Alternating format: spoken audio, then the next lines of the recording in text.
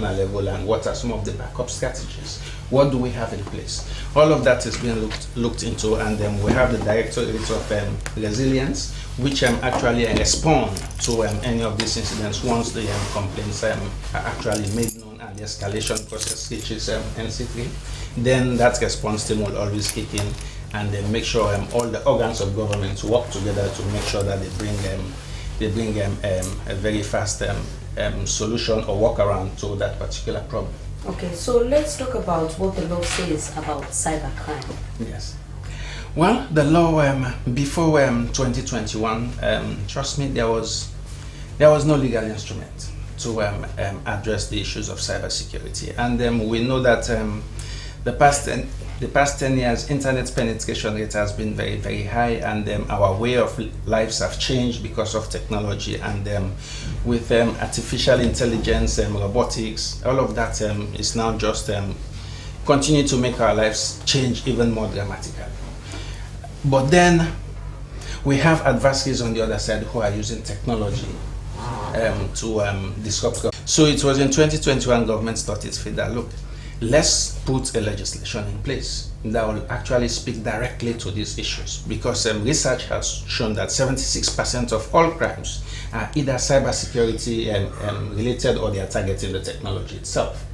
So hence the reason why the act was actually, the bill was passed, and we now have the act, and we have over 40 to 50 different things to release that content. Like the most common one, the nudes. Nudes, exactly. Yeah, sex tapes. Or sex tapes, and then force you to do something beyond your wish with the threat that if you don't do it, I'm going to release this content. It's cybercrime. That is sextortion. We have cyberbullying, for instance. Bullying in our days when we were going to school, you have to be physically present, and then you'll be bullied in school or wherever. But nowadays, so long as you are connected to the internet, you can be bullied. That is a crime, because it affects mental health. It has so many psychosocial impacts on the human life. So these are many more crimes. For instance, even defrauding a bank.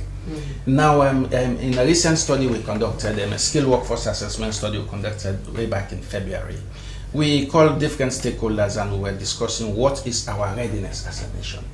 And it is very, very disturbing to know that we have institutions telling us that we don't have what it takes to actually defend ourselves. For instance, you find out that nowadays, 20 years ago, the police will be dealing with things like armed robbery and things of that nature. Brings the entire institution to its knees. So cybercrime is very broad. Any crime that you commit out there using the internet or using the technology itself is considered a cybercrime. Okay, so in your own center, let's talk about how effective the work you do has been in curtailing some of the crimes you mentioned. Well, first of Sierra Leone. Yes, coming home, some of the work we've been doing, as I mentioned earlier, I've been building capacity of different sector players, law enforcement, judiciary. I want to know the effects. Yes, I'm coming to the effects. Okay. Because of those interventions. Now, I'll tell you that if you take a cyber related issue to the police, they know how to catalog it. They know how to take it onto prosecution level and take it to court, and there are judges who have been trained to actually sit on such cases. 10 years before now, or before 2021, you go and you start talking about sextortion. They might know the English language, but then to go into the details, how to even handle forensic evidence or chain of custody. We have legal-minded people now who knows that the fact that you compromise the chain of custody, your evidence should not be admissible in court. So there is a positive impact within the society because of some of those interventions. And then there are a whole lot of other complaints coming in wherein I will not go into the details, but we've been responding to and making sure that there are technology, and the telcos have all of this, and we are working together to make sure this actually happens and happen fast. Okay, well, continue to stay with us. He is the Director of Ecosystem and Capacity Building, National Cybersecurity Coordination Center, Victor A. We'll come back to you to talk about success cases and how you plan to observe this month. We're on the 15th. And now for another issue this afternoon, the Freetown City Council has concluded a feasibility study for a cable car system in the city. The study funded by this at the environmental impact assessment, and we also did a resettlement action plan. So we looked at all of that, and we also looked at the financial viability of the study. Okay. And we are currently in the process of finalizing the business case. Okay, so now Yes. let's talk about all of what you looked at.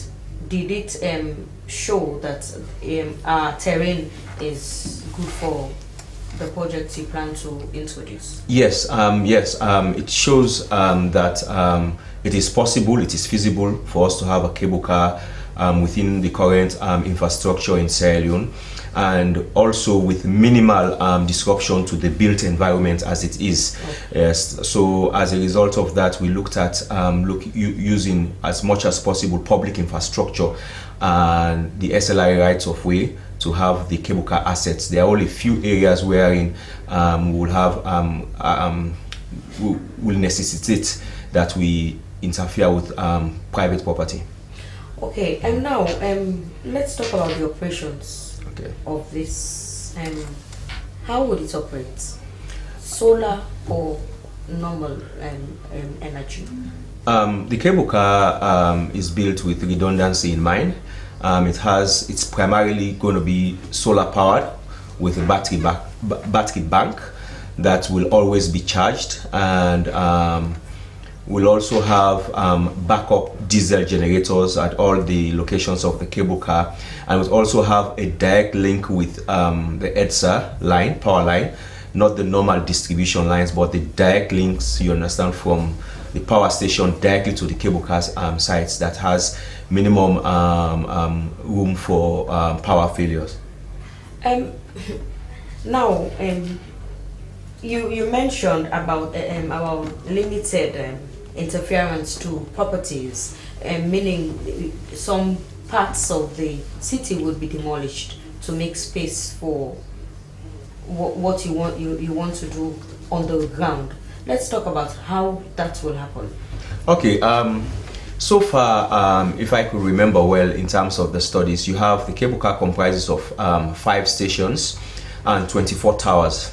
And of the 5 stations, most of them will be within government-owned properties. Oh. Yes, save for one station that might, for now, will fall within private property.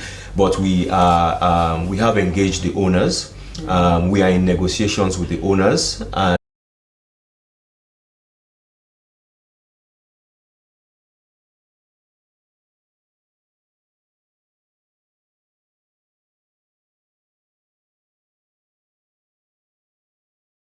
that's where the very first station will be, in the east, the furthest east.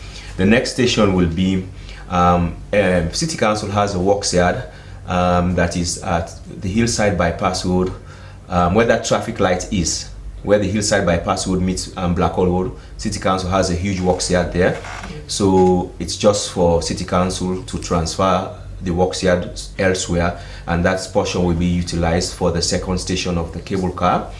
And along the Hillside Bypass Road, there is a place wherein SLRA doing the construction of the bypass road. We have what we call a right of way that SLRA, through the government of Sierra Leone, paid for certain properties, so they are now government owned properties that could be used, concurrently with the ferry operations there. It will be like an interchange. Somebody coming from Lunge with the ferry could come straight to the cable car and come in town with the cable car. So that's why we made that connection. And also at the ferry junction, somebody coming from the way east or coming from Lunge from the ferry terminal and wants to come to town could have that interchange using the cable car to come to town. So yeah. So when will the project start, after now that the feasibility studies have been? Okay, it's important for us to know where we are now. Okay. The feasibility study has shown that it is feasible and has shown that it is financially viable. By financially viable, I mean if money is invested into it, there's profit. So there's profit for the project to pay for itself. And also we have engaged potential cable car manufacturing companies that have shown interest in the project, and some of them have shown indication of being able to source funding for half of what the current budget is for the project.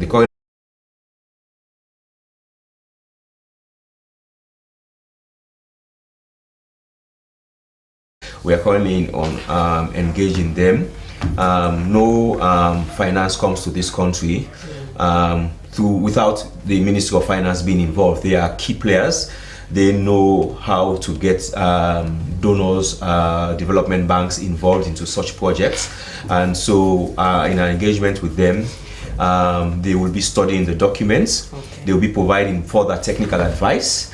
And in the meantime, we are also engaging other donor partners. And that's why last week we even had the launch of the feasibility study, wherein we had ambassadors and their representatives present. And the following day we had an engagement with the Sierra Leone, with engineers and construction companies and firms, so that they too could look at how they could benefit from the project and look at how they could engage their own partners to come and invest in the project. Well, thank you so much. Continue to stay with us in the program. He is the Senior Project Advisor, Cable Car Project, Freetown City Council, Simon Johnson. Well, for another issue this afternoon, the Ministries of Technical and Higher Education and Basic and Senior Secondary Education have concluded a midterm review of the education sector plan. The document, which is geared towards guiding the education system in the country, was launched in 2022 and will end in 2026. The coordinator of Civil Rights Coalition, Alfonso Manley, participated in the review process, and he is my studio guest. Good afternoon, Alfonso. Welcome to the program. Yeah, good afternoon. Thanks for having me. And now let's talk about the review of the education sector plan. Let's talk first of all the existing plan. Let's know what is being reviewed. Thank you very much. Let me put this into context. The education is a one sector, but because we want efficient service delivery, we have two ministries. One ministry dealing with the basic education, and the other ministry dealing with technical and higher education. The education sector plan is a product of the education sector analysis. So what's the education sector analysis? This is where the sector, we do post-mortem in the sector to know what is going right, what is not going right, how do we want to improve. So when this analysis is done, we will come up with a document called the education sector plan. It normally spans for 5 years. The current one we have now is 2022 to 2026. And the theme for this education sector plan is transforming learning for all, with 9 core objectives. Of course, the document itself has 6 chapters. So the education sector plan is the laid down plan of what WAEC is prepared come 2026 to examine pupils on this new curriculum. The second objective is to train, recruit, and support excellent educators. So these are the teachers. You recruit them in the way of bringing them into the service and ensure they have PIN codes. What are the gaps? There are teachers in school 3 years, 4 years, they have taught some 5 years without PIN code. Right. Now, when you are in school, you need what is called in-service training. How do you continue to give in-service training? Qualification. Yes, that's the pre-service. Okay. When you come in, you need that in-service training. How do you ensure you train teachers to teach? When you teach, you have a plan, the lesson notes, the lesson plan. How do you develop your scheme of work? How do you ensure the kind of pedagogy you use? This is the teaching method the pupils follow in terms of classroom management, differentiation. How do teachers manage all of these? Those skills you get during. So it's in-service training. Okay. So in terms of the free education project, there's a secretariat, that's a multi-donor trust fund. Majority of these issues I'm highlighting, they have 4 components in the ministry that align with this 9 core objective. they've been giving huge support to this, especially in the area of teachers training, in the issue of supporting the ministry, in the issue of system strengthening, policy development, like we used to have now. We have a policy for school approval. They supported that one, the free education project. You have what you call the fee subsidy guideline, when you have been paid subsidy, how you should use this money. All of this, the catchment policy is being supported by the free education project. Now, we also have objective serving, eliminating all forms of corruption in education. This is huge. In the education sector analysis, it clearly identify corruption in the education system, including sex for grade, procurement processes, the extortions of parents, and this is huge. And combining this, the 9th objective is the use of data and technology. So let me just give a practical example how the ministry use this one to actually ensure we kind of minimize corruption in the sector. Before now, for WAS, before you attempt WAS, you must have passed the Becker examination. Schools are required to submit Becker results of their candidates. So before now, they submit it manually. The ministry will have to check results by result on manual basis. So in moving forward, use of data technology to eradicate corruption, the ministry is now using a software. So after Becker, WAEC will send the soft copy to the ministry. They have the master copy. Schools have theirs. When you send to the ministry, they will match them. In matching them, the ministry have discovered a huge discrepancy. For instance, a pupil who passed Becker with a particular index number or reference number, you will use that index number or reference number for about 50-60 pupils. With the same name and different name, but the same reference number. Because that Leonean, no international consultant came in for this education sector plan, and the theme is so key: transforming learning for all. And in transforming learning for all, it tells you that it's not only the principal or teachers or those in the Ministry of Education that have business in education. If you go to section 97 of the MBSSC Act, it tells you those stakeholders, including past pupils, civil society, parents. These are very key partners to ensure we improve learning outcome. The plan itself is costed. I just want to. The plan itself is costed, and this is very key. Trillion. New currency is 10.6 billion. In terms of dollar, it's $935.5 million on annual basis, which means yearly. The Ministry of Finance, using the new currency, should spend 1.1 billion. The old one is 1.1 trillion. And $194,000 on annual basis on education.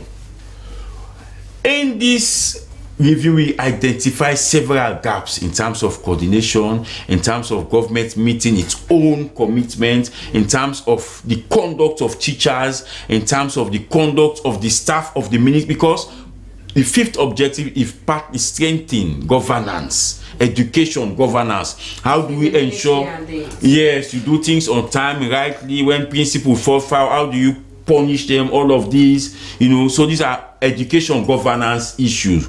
But looking at this plan, yes, we have done tremendously well in town for 6 months without salary. That's the implication. Where do we get chalk? Where do we get report card? Where do we get register in schools? Learning and teaching material for the past 2 years have not been supplied in school.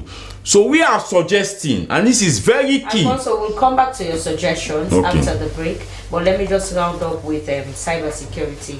Now let's talk about the effectiveness of your work as we observe the month. Well, as we observe the month, what we are doing is a follow-up to the school's outreach program that we've been doing, but this time we'll flip the coin around to ask the students to actually come out and debate on cybersecurity related topics. Very interesting topics, 15 different topics, one for each day, and we started yesterday, and it's going to build up onto the 29th. So how knowledgeable are they by what? Interestingly, based on what we saw yesterday, we were very surprised and shocked. And these kids are not reading from textbooks. They are telling the lives that they are living. These do's and don'ts, then we are heading for problems. So that's why we continue to raise the awareness, and we need the focus states to continue to do this, not just this month of cybersecurity awareness, but even beyond.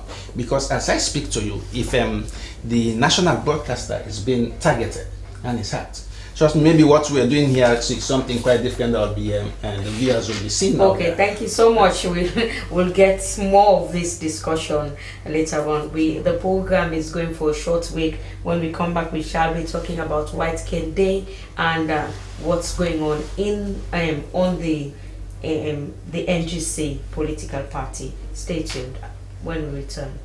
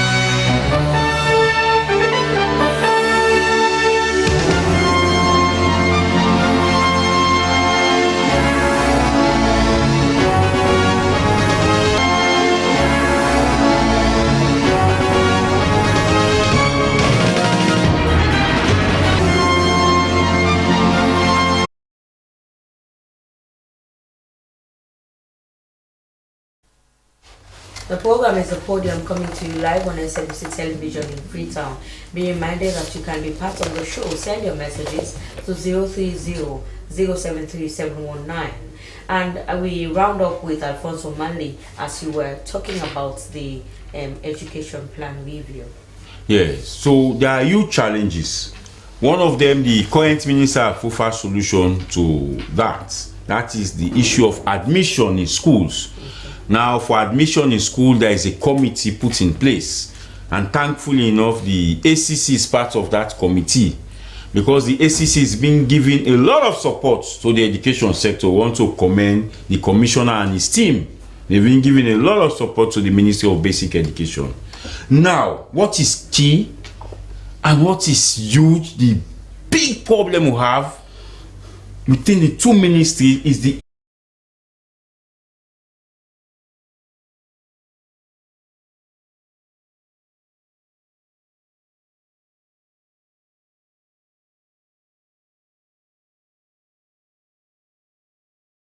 in school. They can connect. Okay. It's the business of Ministry of Health to provide health. So the issue of coordination is key. It's very it's lacking. Both ministries. And this now is going for the Ministry of Technical and Higher Education. Because based on my discussion, it's like this plan is for the Ministry of Basic Education. No, it's for both ministries. The current minister they have now have beautiful ideas. I've made telephone call to him even before the review, that if you want support for the higher education, factor all of your ideas. Would you say it is well understood in this Sierra Leonean community? Well, I wouldn't say it is well understood, and that's why we're making the effort to ensure that we strengthen education or awareness around the day itself. Okay. So I wouldn't say it is well understood. But the International White Cane Safety Day itself is a global event that brings together blind people unified by the white cane, which is a symbol of mobility. It's a tool that we use to move as blind people. The white cane, as you see it, enables us to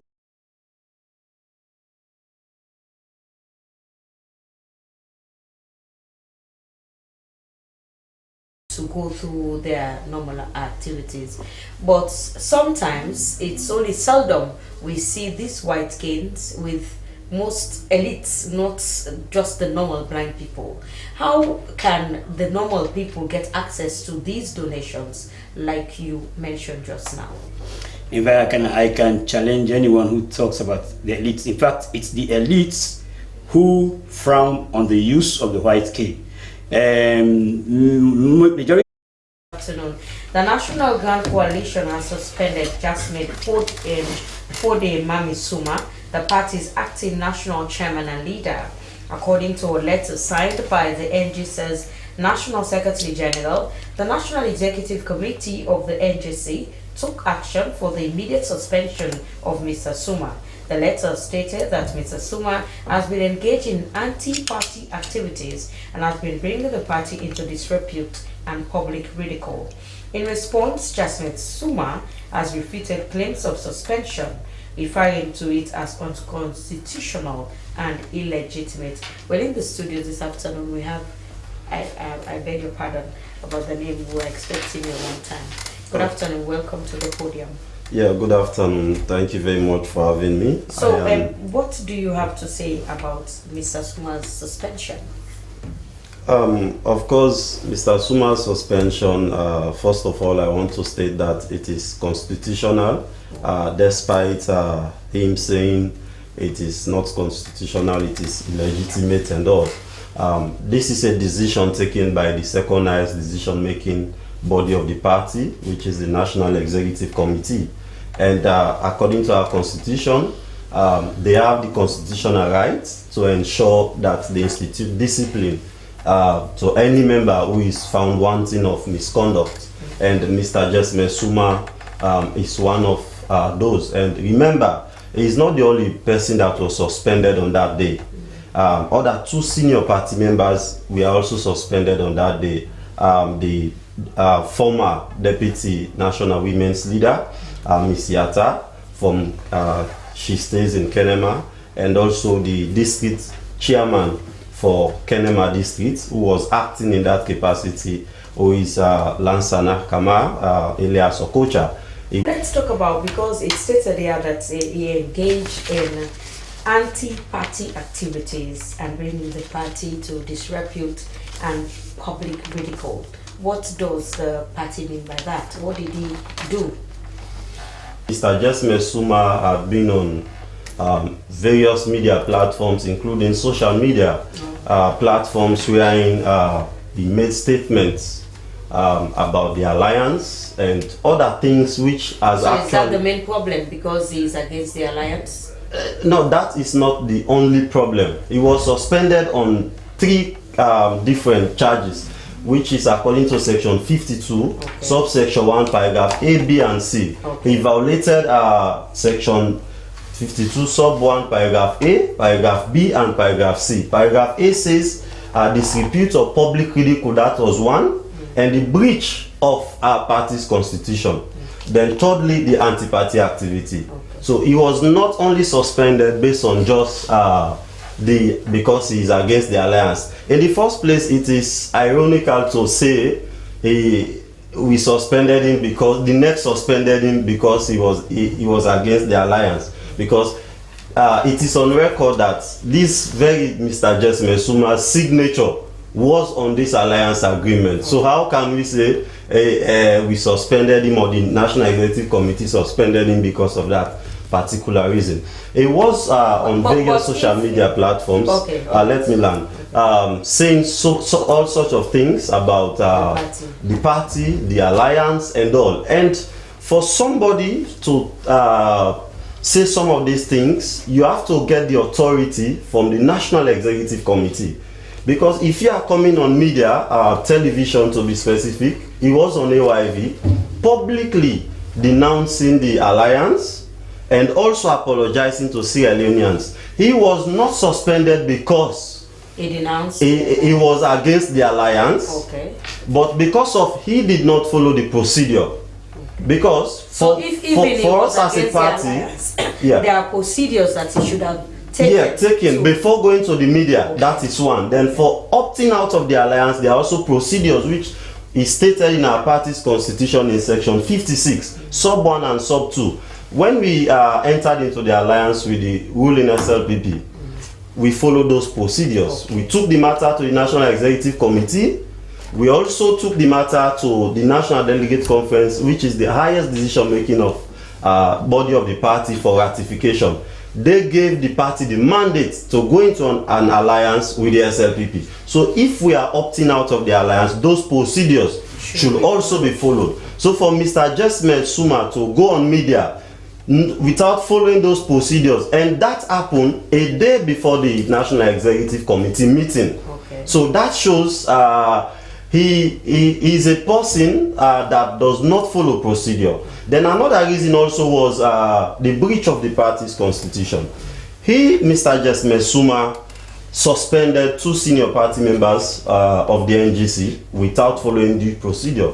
And it is not stated in any part of our constitution that the chairman and leader has the autonomous power to suspend any member of the party.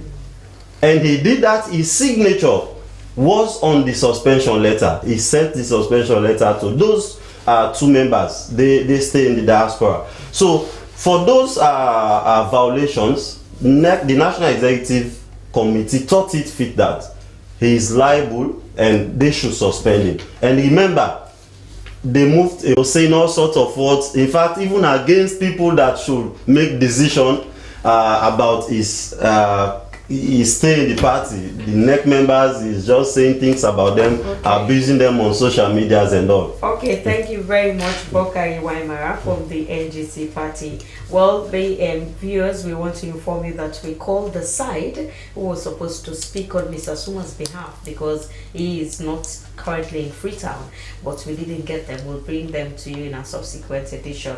As we round up, Mr. Noah. Yes, also, let's talk about how the education of vehicle owners, drivers, and even pedestrians on the streets on what they should do, what they see a white cane.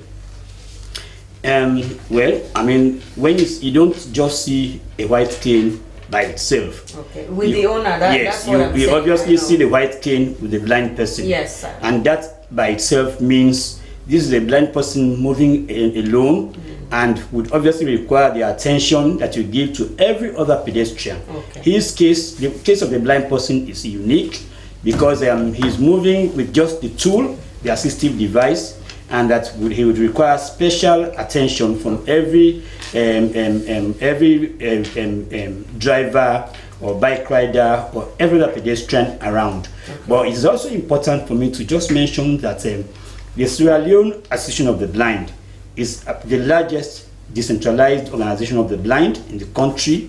It operates in 13 districts across the country with projects in 7 districts now, supporting mainly rural blind people, men and women, youths as well. Okay. In fact, right now undertaking is a 3-month ICT program for blind youths in about 7 districts across the country. The Sierra Leone of the Blind is an affiliate of the World Blind Union, which will be holding a conference next year in Brazil, and it's also a member of the World African Union of the Blind with headquarters in Nairobi. Now, why I'm saying this, it's because people should realize that as an organization of the blind, our business for advocacy is to kind of engage on rights issues on blindness. And this is very crucial because policy matters and other legal issues are things that kind of change the environmental situation of blind people. Institutional barriers are broken this way. And if we do not have policies and laws being formulated